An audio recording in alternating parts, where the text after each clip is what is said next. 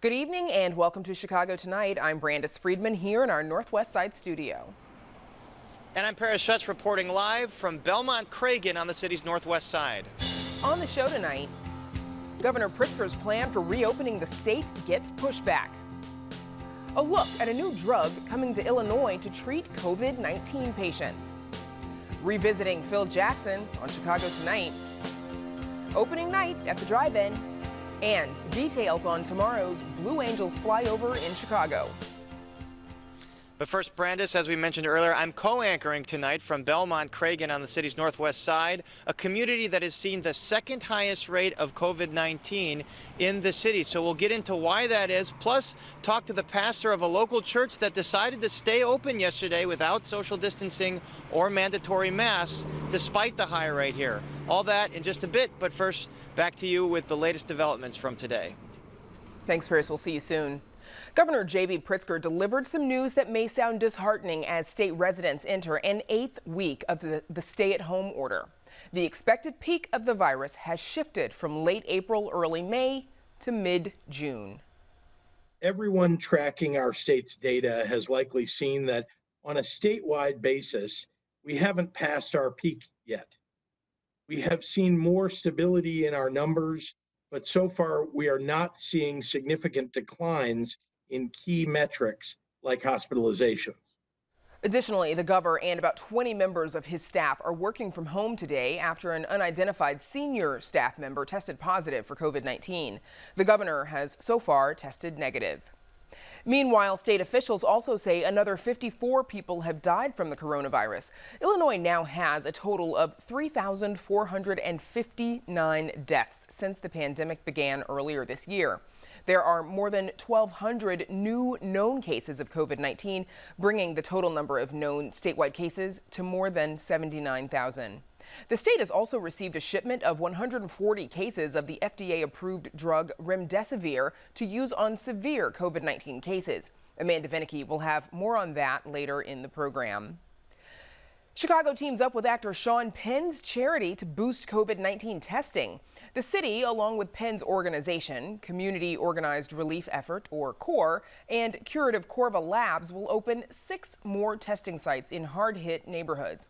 Asymptomatic first responders, as well as healthcare and other essential workers, can be tested at the White Sox Guaranteed Rate Field parking lot in Bridgeport. The other sites are aimed at testing more people in the city's Black and Hispanic Latino communities. And baseball fans are hopeful for a July comeback, but it may all come down to the money. Major League Baseball owners reportedly approved a plan to play 82 regular season games. They could present it to players tomorrow, but the players' union still needs to agree to the proposal. Owners initially promised players a prorated portion of their salaries for any games played this year. Now, this new plan would still not allow fans in the stands, and owners are proposing a 50-50 revenue split, which may be a hard sell for some players. One of the new COVID-19 testing sites that Mayor Lightfoot announced will be in some of Chicago's hardest hit neighborhoods. Now, that includes Belmont Cragin, a largely Hispanic Latino neighborhood on the city's northwest side that's become one of the epicenters of COVID-19 in Chicago. Schutz has been reporting there all day, and he joins us now from one of those new testing sites. That's the Jorge Prieto Math and Science Academy right next to Hanson Park. Paris. Yeah, Brandis, that new testing site can't come soon enough for a neighborhood that's been socked by COVID-19. It will be right behind me here at the Jorge Prieto Math and Science Academy, a CPS school here right next to Hanson Park in Belmont Cragin. And this neighborhood lies in a zip code that has seen nearly 2,000 positive confirmed COVID-19 cases, second most in the entire city. One of the outbreaks here is the Central Nursing Home. It has reported about 80 confirmed cases and 14 deaths. Now, the director there today refused to answer my questions about the situation there. And there is an existing testing site in this neighborhood just about a block away. It's at the PCC Salud Family Health Center. They ramped up last week to about 30 tests per day. The medical director there says he believes a lot of the cultural and economic factors that we've seen in similar neighborhoods, like folks that work in essential businesses and they come home to very packed multi-generational households, those factors are all at play in this neighborhood. If you have one person in the house who's out there working because that's their job and their job expects them to work and they need the income, but you also have elderly folks also in the house, you have other people who may be at risk, the opportunity for the virus to enter that house and spread to other folks is just higher. And I think that's why this community is at greater risk. And like so many other traditional bungalow belt communities here in Chicago, a large working class population, day laborers, wage earners, a lot of undocumented and non-English speaking residents, not just Spanish, but also Polish. And one active community resident says he's tried to assist a lot of these folks in getting information because he says public officials have not been reaching them. A lot of people that do not speak English as their first language struggle to obtain the information for where to call or who to contact if they did show symptoms for COVID-19. My mother works as an interpreter, and she's noticed that working from home that a lot of people are confused and don't know where to go. And also for people who don't have insurance, they don't know where to go either, or their resources for COVID-19 as well. And the main commercial corridor in the area is Belmont Central. Many Hispanic, many Polish businesses, long a hub of Polish life. The executive director of the Belmont Central Chamber of Commerce says most of his members there were able to withstand month 1 of this shutdown, but month 2 is proving much more difficult. There's definitely a lot more desperation in the voices of the business owners. When I talk to them, most business owners had about 30 days working capital, and we're past that point now. And so there's a little bit more desperation, trying to figure out if this is how long this is going to continue.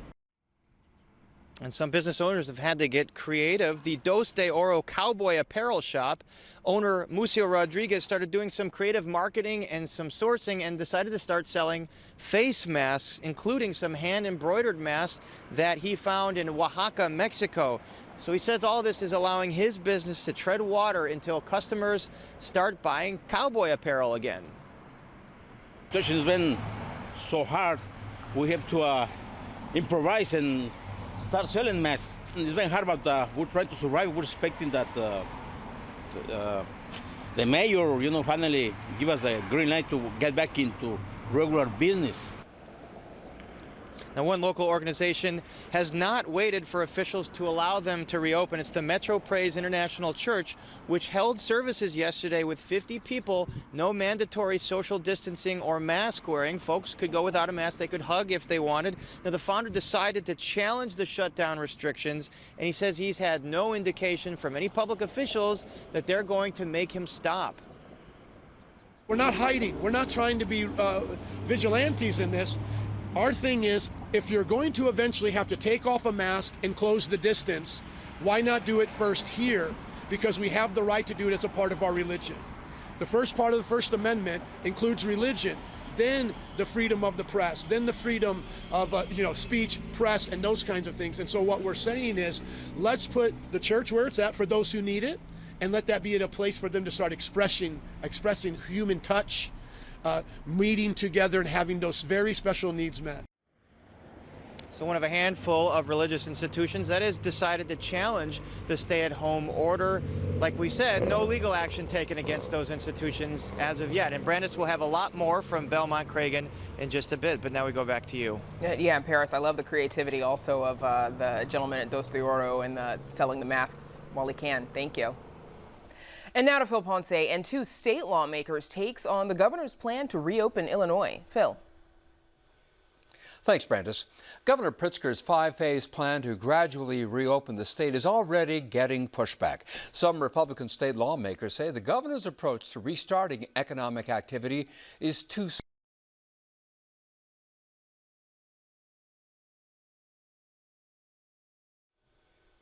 Thanks, Brandis.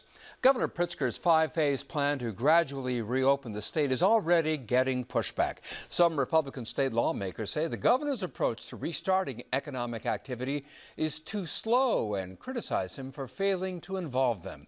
But Pritzker says he is being led by the public health experts and the data, and he insists he will not reopen the state prematurely. Joining us to share their thoughts are State Representative Michael Zaleski. He's a Democrat from Riverside who represents the 23rd District, and State Representative Deanne Mazzocchi, a Republican from Elmhurst, who represents the 47th District. And thank you both for joining us. Before we get started, let's briefly review the governor's plan. Phase 1 of the Restore Illinois plan is the rapid spread stay-at-home policy for all non-essential workers, social distancing from anyone you don't live with, especially vulnerable friends and family members. Phase 2, the flattening phase, which is what the state is in now. Stay at home as much as possible. Non-essential workers must still work from home. People must wear a face covering when outside their home. Phase 3, recovery. The share of people testing positive for the virus would have to be at or under 20% and increase no more than 10 percentage points over a 14-day period. Phase 4, revitalization. To move to Phase 4, a region must have virus testing available to anyone, regardless of symptoms or risk factors. And Phase 5, Illinois Restored, would be a full reopening of the state's economy, and this is only possible when vaccine or effective treatment are widely available. And Illinois has 4 COVID-19 regions. Each region would be able to move through the phases of the reopening process independent of the others, depending on their particular situation. Regions can progress through the recovery phases as the situation improves, but can also go back a phase if the situation in that region deteriorates. So that's a big picture overlook. And Representative Mazzocchi, what is your assessment of the governor's plans? My assessment of the governor's plan is that it's not particularly workable and it's very arbitrary. And I think that that's one of the reasons why you're seeing opposition to it. And by the way, that opposition isn't just from the Republican Party, it's also coming from some of the Democrats as well. And Michael Zaleski, criticism that the governor's plan is too cautious, that it moves too quickly. Is it too cautious? Well, Phil, the governor said at the beginning of this, success looks like an overreaction. I think as long as we listen to health experts and epidemiologists, which this plan is based on science, the health and welfare of our citizens takes priority. And as of right now, we're in a place where we're going to try to get to Phase 3 by May 29th and see what happens. I think it's a well thought out plan based in science, and that's the most important thing. Deanne Mazzocchi, based in science, and therefore science should take precedence, yes or no? It's absolutely not based on science, actually. And as a clear example of that, you can look at what the governor has said is going to be his threshold for Illinois Restored. He said that he's only going to restore Illinois back to normal if we have a fully effective vaccine or a highly effective treatment. And as someone who has actually worked in the area relating to pharmaceutical development for over 20 years, the idea that everyone in the state of Illinois is going to agree to stay on lockdown for the next year, 2 years, 3 years, possibly even forever is not a scientific plan. That's a wish list.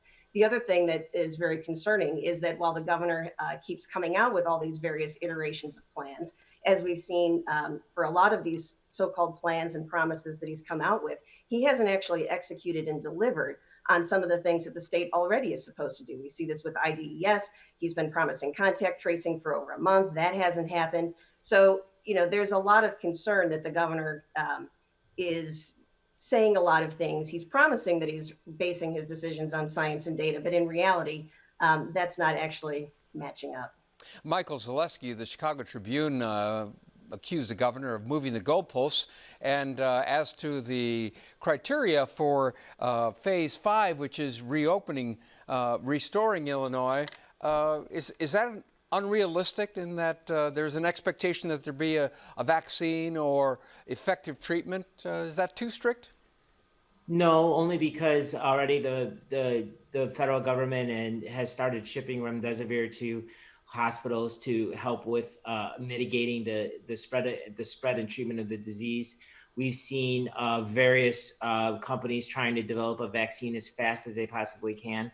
Phase 5 is the ultimate goal, and it's taking far too long. I think the governor would admit that. I think everyone in their right mind would say this is simply excruciating for everyone to get through. However, if we don't take our time and try to mitigate the spread of the disease as much as possible, we're going to be right back where we started in the beginning, which is an overworked healthcare system, overburdened frontline workers, and an inadequate response to try to contain the disease. We have to stay on the course. We have to go into Phase 3, continue what we've been doing as far as physical distancing, continue what we've been doing as far as mitigation of germ spreading. If we start to move in a direction where we see real effect, I think the governor and others will say, then, you know what, we're doing the right thing, and gradually our economy can start to reopen. Deanne Mazzocchi, you have accused the governor of acting unilaterally. How transparent has this process been, which has led up to the creation of this plan? It's been the antithesis of transparent. He did not involve stakeholders. And again, one of the things that I've been pointing out is that if in fact this plan really is so fantastic and really does have the support of people on both sides of the aisle, then there shouldn't be any difficulty in having the members of the General Assembly go down to Springfield, vote on the plan and say, yes, this is what we're going to do. And then you can have all the legislators being accountable for saying, this is what we agreed to, and this is the lack of oversight that we think the governor should be allowed to have, with no timetable for the next year, 2 years, possibly even forever in sight. And that's not really something that the people of the state of Illinois signed up for. That's not how our government is structured. So yes, he has been acting unilaterally. And if he wants to start getting back to not behaving unilaterally, he should let the legislature come back down to Springfield. We should do our job and make sure that we actually are focusing on what the people of the state of Illinois need before we get to a point where the state goes down into a death spiral that we simply can't recover from. Michael Zaleski, how about it? Should the legislature convene in Springfield and give the governor's plan a thumbs up or a thumbs down? Well, my expectation is the General Assembly will convene. It'll be in a time and period when we can deem it safe, when the Illinois Department of Public Health can deem it safe for both legislators, staff, and the general public to be in a congregate setting. It's important to remember, Phil, when we go to Springfield, we bring a lot of people with us. We bring advocates, we bring lobbyists, we bring a concentrated mass of people. We have to keep everybody safe. We have an Emergency Health Act, we have an Emergency Powers Act, we have a Public Health Act that the governor has been operating under. But at the end of the day, I think in the near future, we'll be back in Springfield to work on budgetary issues, COVID relief, and we'll do it in a safe way that both public health experts and epidemiologists approve of. Deanne Mazzocchi, we're almost out of time, but I'll give you the final opportunity. What do you want the public to keep in mind as this goes forward? I want the public to keep in mind that we are trying to actually keep people safe, but we're also trying to make sure that the state of Illinois doesn't get destroyed in the process. And that's the big problem that I see with the governor's plan, is that by not making the General Assembly get back to work, do our job, make sure that the state is actually on track and functioning, which we can do in a safe way, because contrary to what Representative Zaleski said, there is actual IDPH guidance on how we can get back to work in Springfield without having to violate social distance norms. We should do that, get our job done. We're certainly getting paid, so there's no reason why people who have managed to go out there and work in grocery stores, they're working minimum wage jobs, they're doing the work that we need to be essential to keep our civilization running. There's absolutely no reason why the General Assembly can't get back to work in Springfield. Deanne Mazzocchi, Michael Zaleski, thank you both for joining us. We very much appreciate it. Thank you. Thanks, Phil. And up next, a look at a new drug coming to Illinois to treat COVID-19 patients. Michael Zaleski just referred to it. But first, a look at the weather.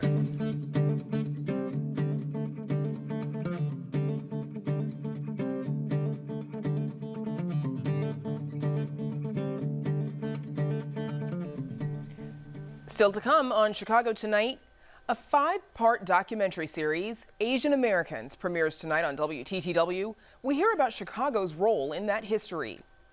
Behind the scenes of Scottie Pippen's famous 1.8-second strike, as told by Phil Jackson, right here on Chicago Tonight. Plus, movie night at the Drive-In Theater. We were there for the first night of the season.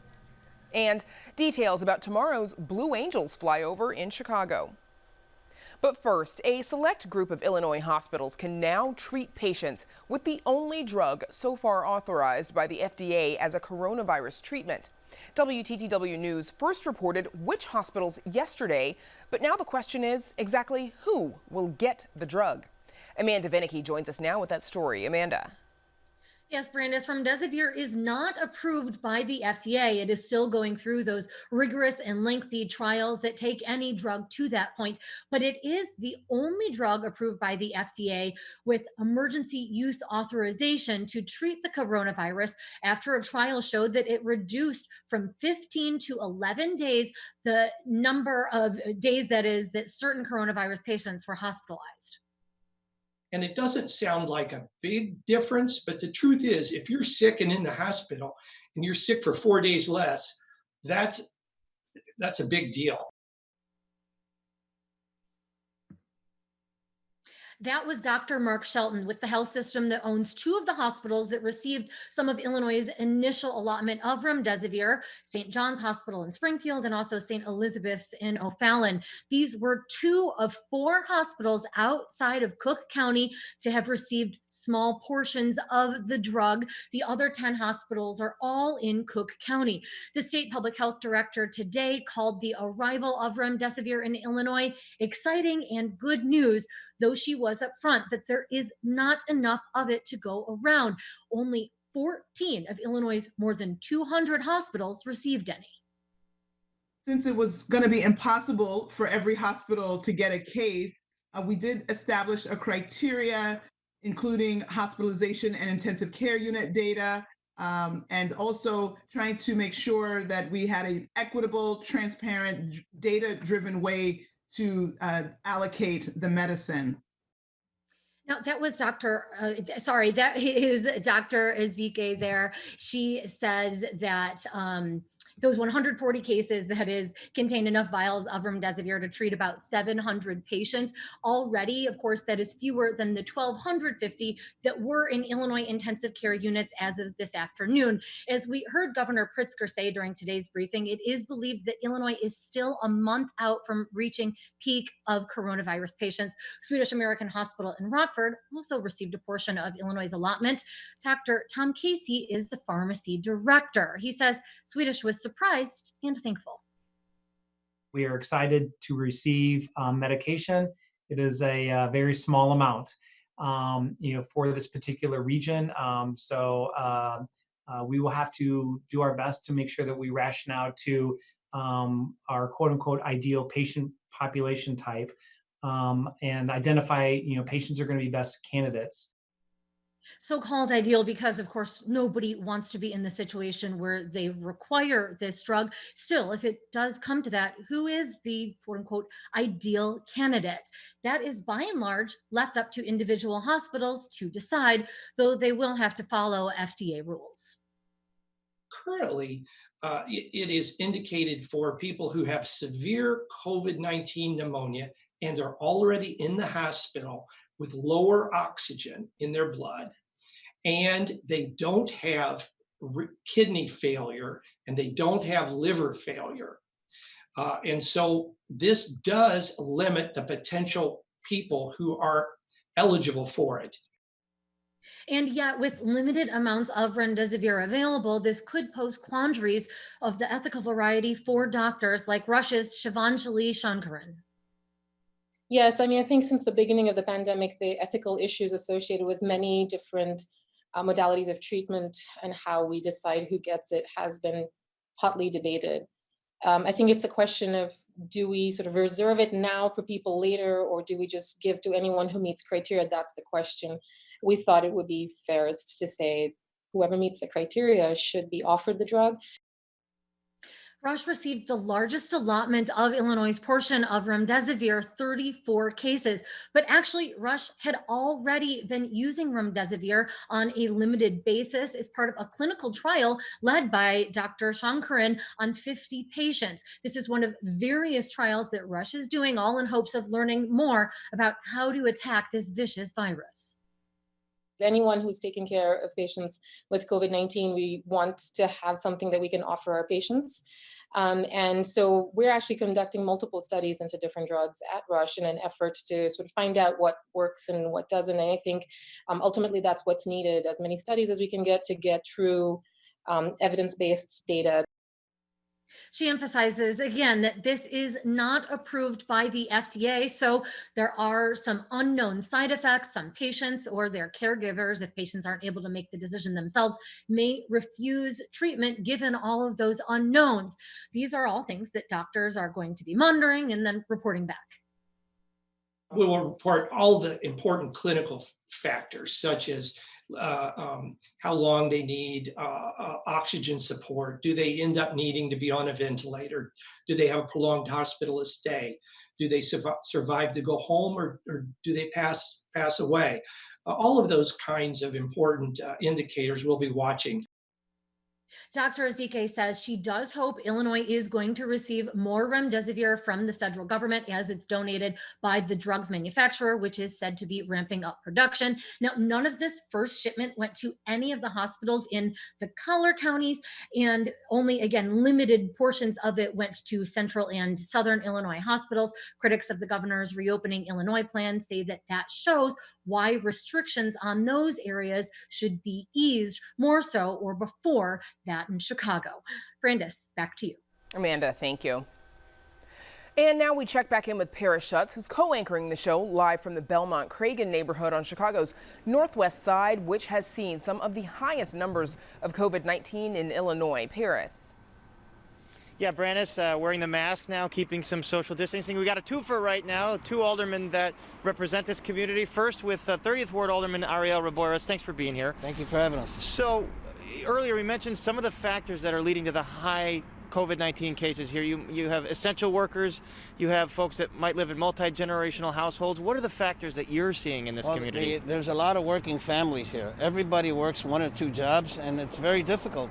The fact is that they're living in they're 6, 7 in a unit, and the problem is that they're afraid. And we need more testing. We need to be sure to find out, because the numbers exploded about a week and a half ago.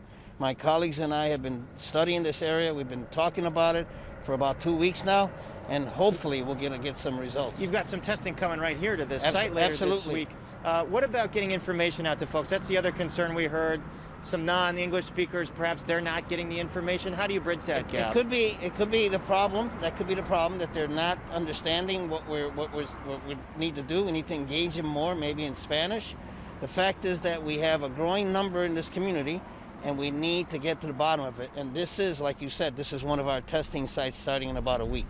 And yesterday, today we spoke with Pastor Joe over at the Metro Praise International Church in your ward, who did open and had services with 50 folks. What's your reaction to that?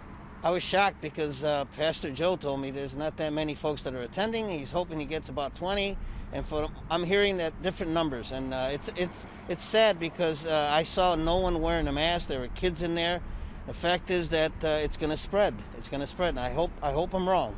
And Pastor Joe, and he's saying that no one's threatening any legal action to stop him. Do you think that the city should fine the church or just talk to him? Well, I think we should have a sit down with him. I think that's the best way to approach it. We have another church that's doing the same thing just down the street, and we're hoping to sit down with both of them and see what we can do. All right, Alderman Raboyras, thanks very much. We're going to bring in Alderman Felix Cardona here, the nearby 31st Ward. Thank you for joining us here and keeping distance.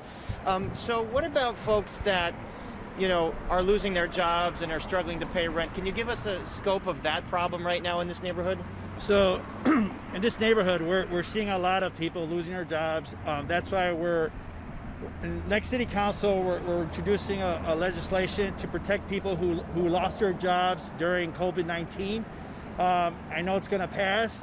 So basically, we could keep them in their jobs when they go back to work, because everybody's only allowed 5 days, sick days, or something like that. Right. And after that, the employer's like, well, we need you back, but they can't come back because of them. All right, so explain how this legislation would work. Well, so I heard the details today. So it's going to be coming out next city council. It's basically protecting those people who are essential workers or workers that are being threatened by their employers, that they want them to come back to work, and if they don't, they're going to get fired, and that's not right. How many cases like that are you hearing of personally? Personally, I hear it like 10 a day. I'm in the office every day with my staff. We're close to the public, but we're getting phone calls, we're answering emails, we're addressing, and it's like 10 a day that we hear something like that. And What are the other biggest concerns that you have in this neighborhood for folks, either health or economic? well, it's basically health. We just gotta we gotta stress the communication of washing our hands, social distancing, wearing our mask in stores, basically communicating in English and Spanish, because this is a prominently Spanish community, and just trying to communicate, please, stay at home. If you go outside, just go out and go get what you have to do, come back, and just, do the basics to. Is there a way to, what we've found in neighborhoods is folks, if this communication is email or online, a lot of folks, they don't have those kinds of means of communication. So how do you bridge that gap? So we bridge that gap by making phone calls and then also doing door knocking. The thing is, we work with not-for-profit organizations in the neighborhood. They're going to be door knocking, checking, and making sure they have that communication going into their houses. Either a flyer, and also myself, I mailed all my residents COVID-19, the do's and don'ts, and how to protect yourself. So they're getting actual mailings. Yes. Okay, Alderman Felix Cardona, Thank Alderman you very Ariel much. Raboyras, thank you both for being here. Have a great Stay night. safe. And Brandis, we'll have more from Belmont Cragin in just a bit, but now we go back to you. In Paris, it's nice to hear from both aldermen in that area. Nice work. Thank you. And up next, previewing the new PBS docuseries, Asian Americans. This evening's presentation of Chicago Tonight is made possible in part by ComEd, powering lives. We have a tremendous source of untapped, efficient energy right here in our school. Let her rip, Jenny. I kind of love this idea.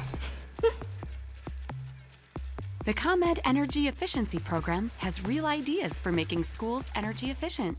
Pedal faster. Tonight, the 5-part documentary series Asian Americans premieres here on WTTW. It tells the stories of Asian Americans who came to the United States from China, Japan, and Korea, among other nations.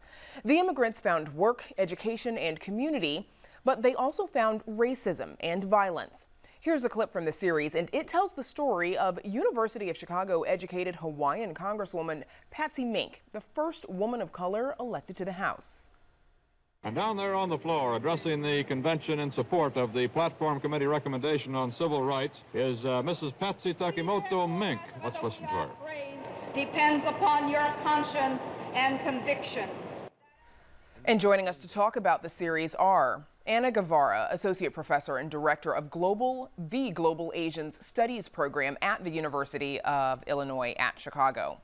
Andy Kang, Executive Director of Asian Americans Advancing Justice Chicago, and Hannah Ahn, Archivist at Northeastern Illinois University. Thanks to all of you for joining us. Welcome to Chicago Tonight. Thanks so much. So, Andy, let's start with you, please. Tell us a little bit about the series Asian Americans and what we can expect. Yeah, so very excited. First, happy Asian Pacific American Heritage Month to everyone and all your viewers. This 5-part series basically lays out the history of Asian Americans in our country from the 1800s till post 9/11. It's the first time that this has been done. It's very exciting that PBS is doing this, and I think, as someone who grew up in the Palatine area in the suburban Chicagoland, certainly this was not a history that I was taught in grade school.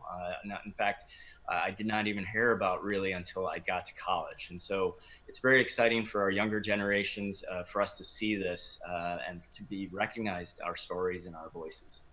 Anna, Asian American can be sort of a broad category. Obviously, Asia is a very large continent. A lot of folks can come from different countries. But you were born in the Philippines. Can you tell us about the diversity of the Asian American population here in Chicago?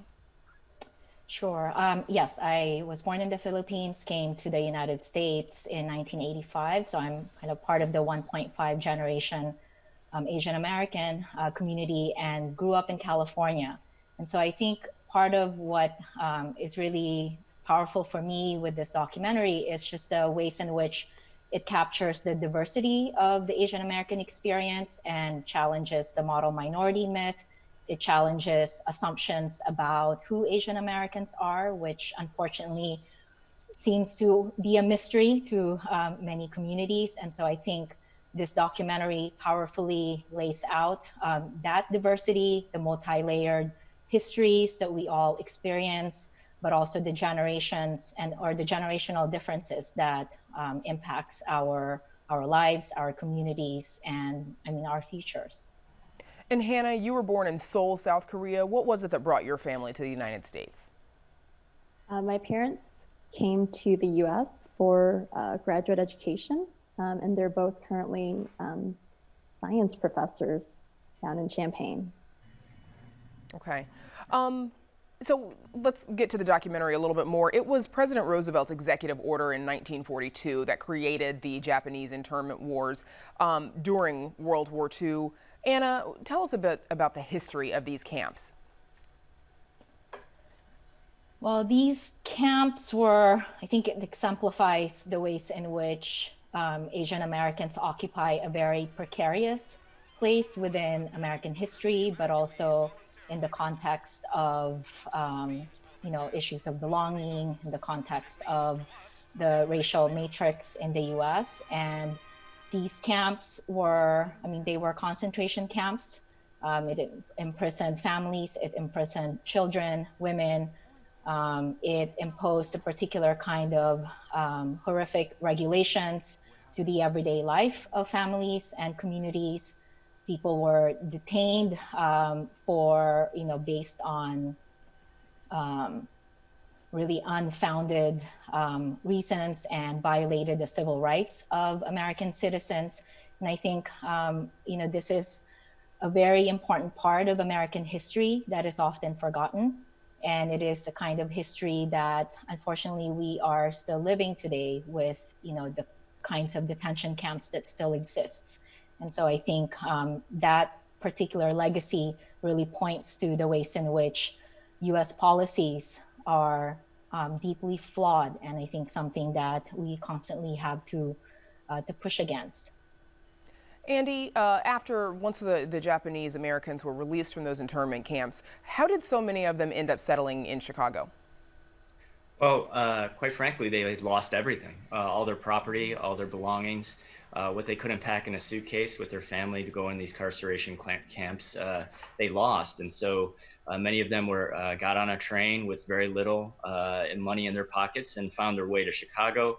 As we all know, Chicago was a railroad hub, transportation hub, and there were jobs here. And so even to this day, we see thousands of Japanese American families living in Chicagoland. I should mention, looping back to Anna really quickly, the Japanese American incarceration was not the first time that we saw an Asian American community get targeted with political rhetoric and getting scapegoated for a particular problem, and then government policy, unfortunately, a very shameful policy resulting after that. And so I think we're seeing this trend repeat itself over and over again, and something that I hope people take away from this series.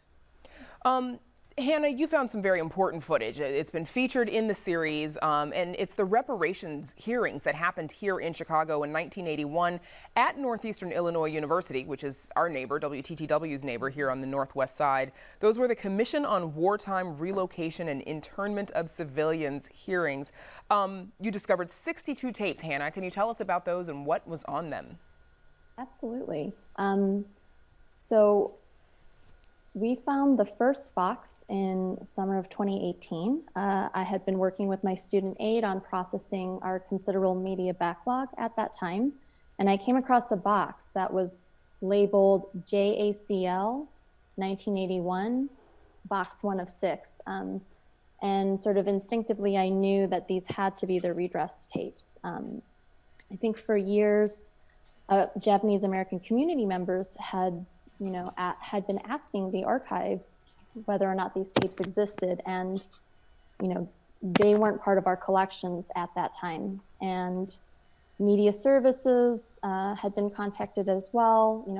Back in the past, I think around 2006, 2007, they had no knowledge of these tapes. I think what had happened was these 6 boxes were being stored with hundreds of other boxes underneath the auditorium for a couple of decades, and in 2013, the previous archivist, Dario Villa, accepted this large media donation And Hannah, we actually have a soundbite from one of those tapes of the hearing. Sorry, I don't mean to interrupt, but I want to be sure that we're able to share this as well. Oh, sure. Yeah, let's take a look. It was a rude awakening to be labeled Jap and to be sent to Santa Anita Assembly Center, an American-style concentration camp. And we're hearing there from a woman named Kay Uno Kaneka. Hannah, who was she? She was one of the witnesses for the CWRIC hearing.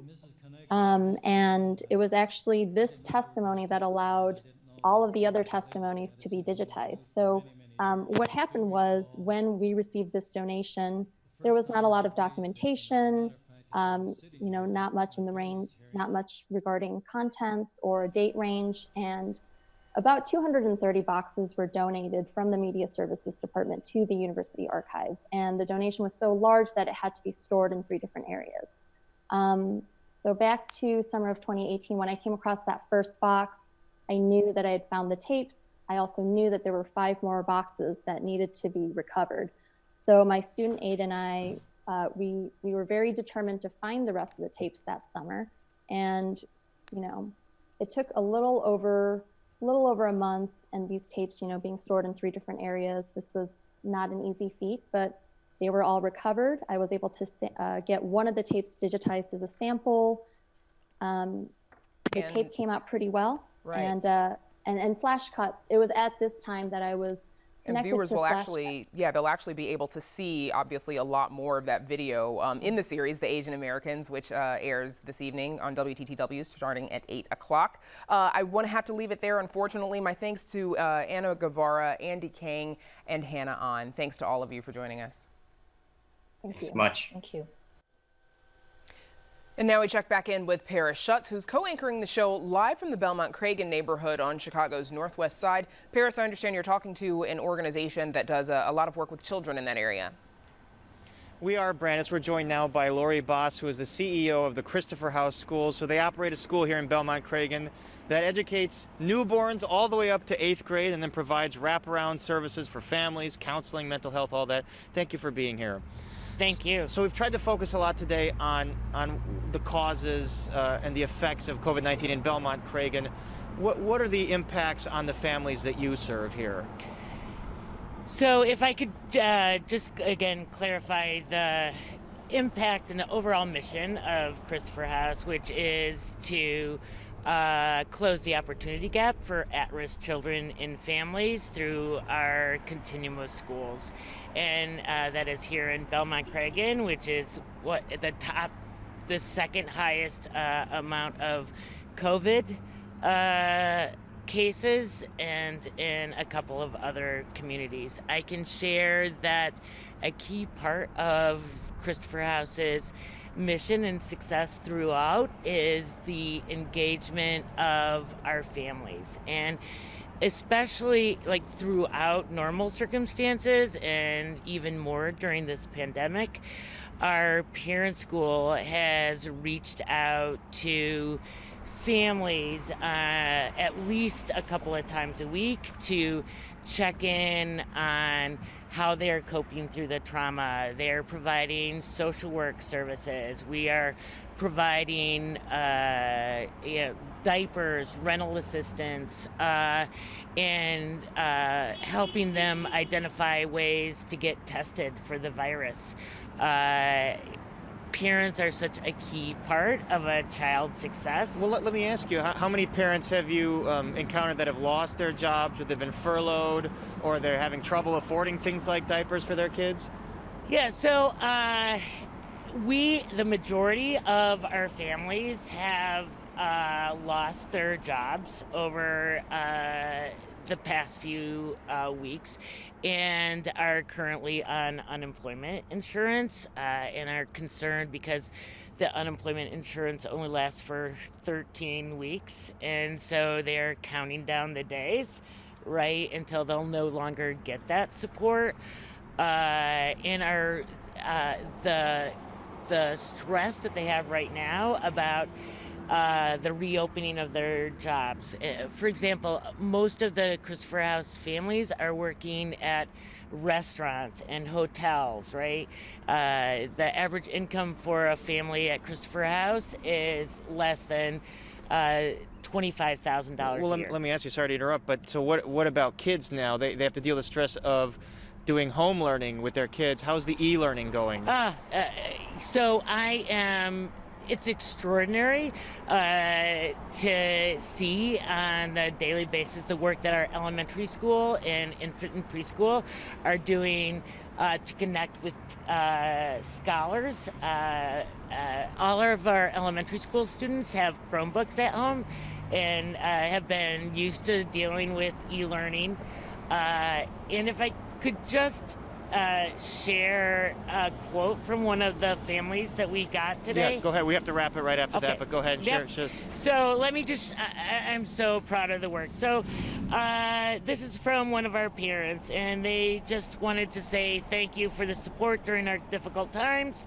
And the social workers, teachers, have done extraordinary work in helping my family cope, including health issues, motivation for our students, and online learning. All right, Lori Bass, CEO of the Christopher House Schools. Thank you very much. Best of luck. Thank you. And Brandis, we'll wrap it up in just a bit, but now back to you. Yeah, Paris, it sounds like a difficult time for so many families, unfortunately. Thank you.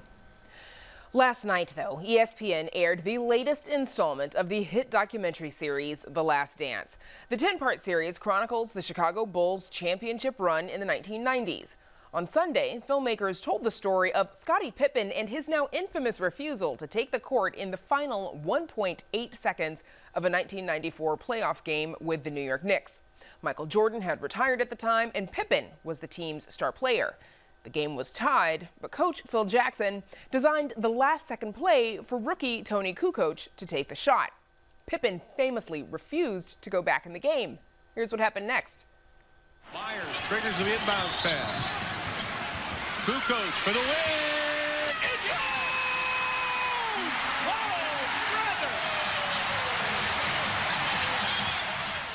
A year and a half later, Bulls coach Phil Jackson sat down with Chicago Tonight's John Calloway and described exactly what happened. Here's a look. Situation at the bench was that now we'll go to somebody else, preferably Tony Kukoc, who has a knack of just hitting shots off balance at the buzzer and had done it 3 times during the course of that season.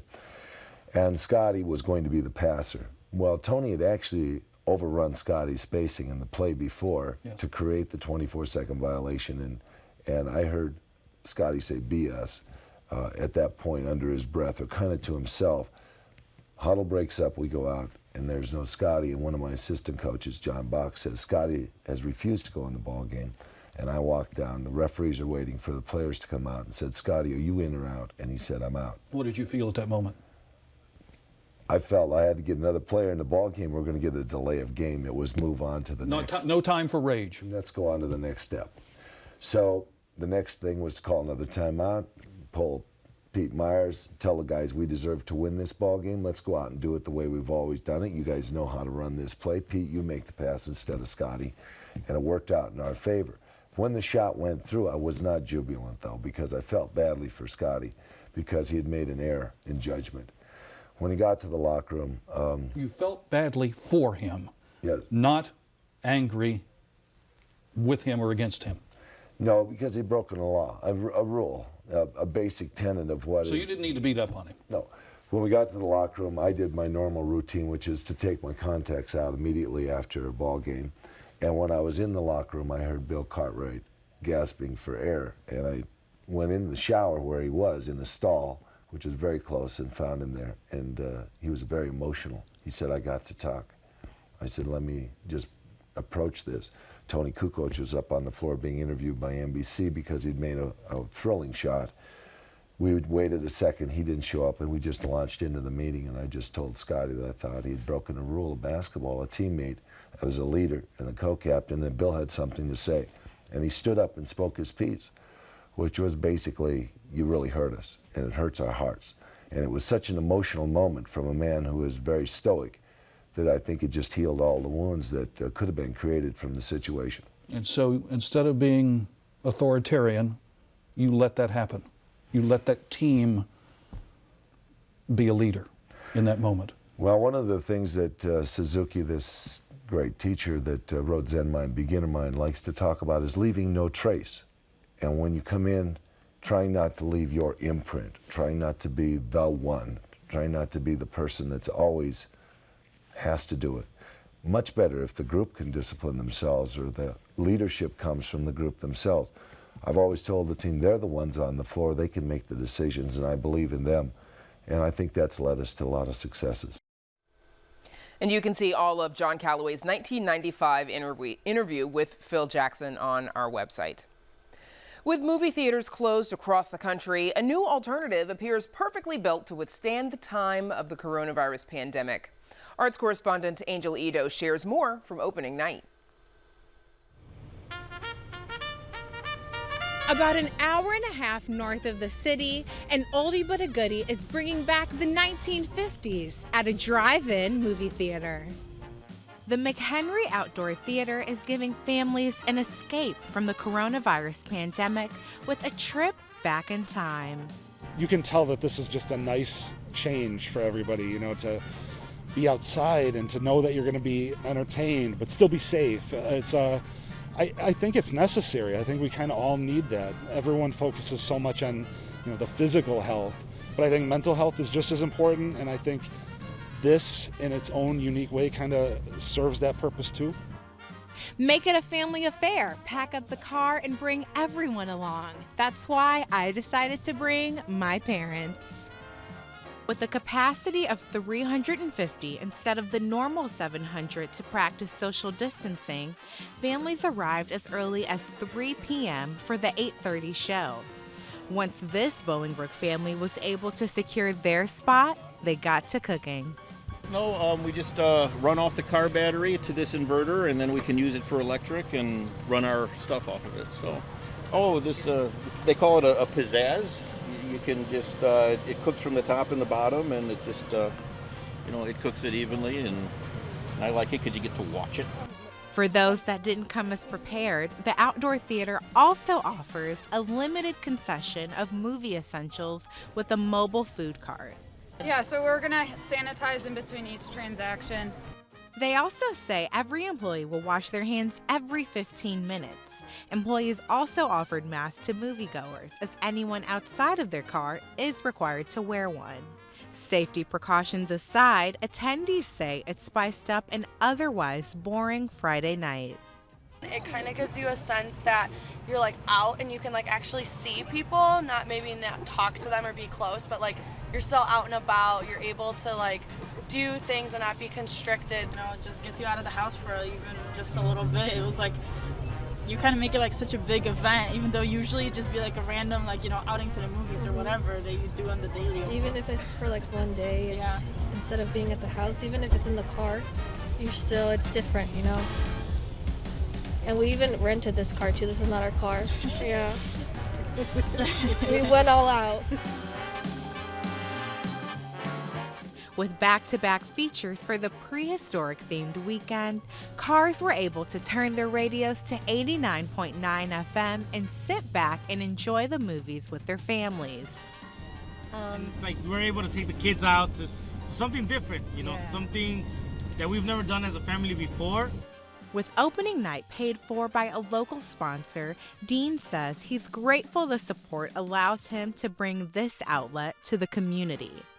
As long as we can make enough money to pay the bills and then live to fight another day next year when hopefully this pandemic is over, that's cool with me.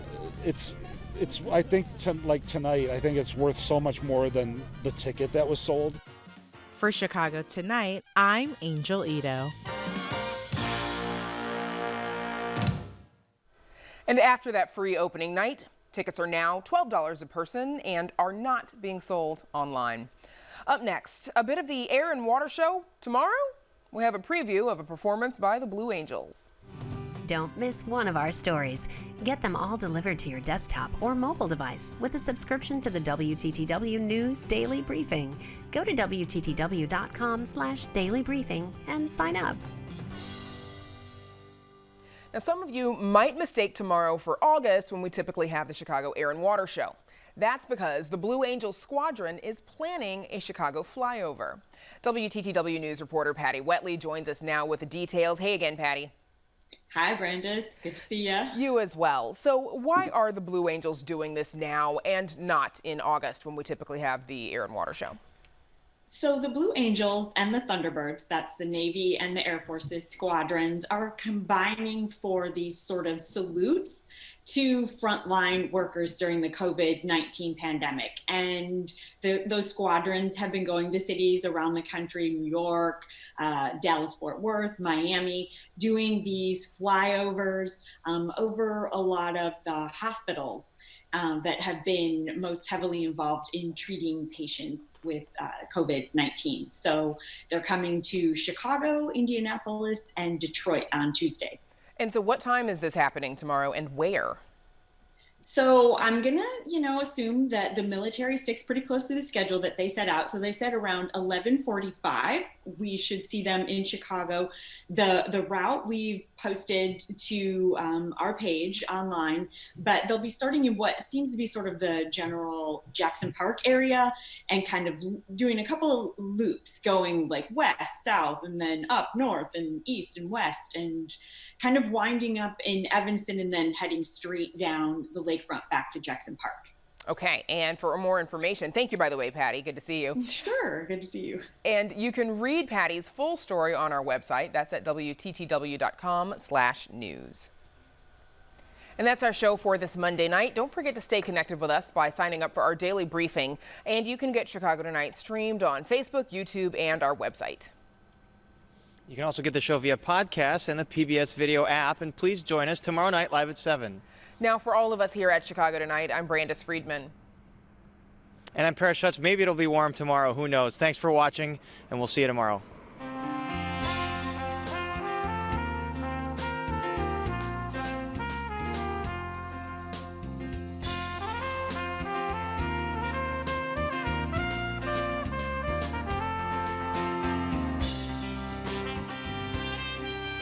Closed captioning for this program is brought to you by Robert A. Clifford and Clifford Law Offices, serving Chicago as a personal injury law firm since 1984.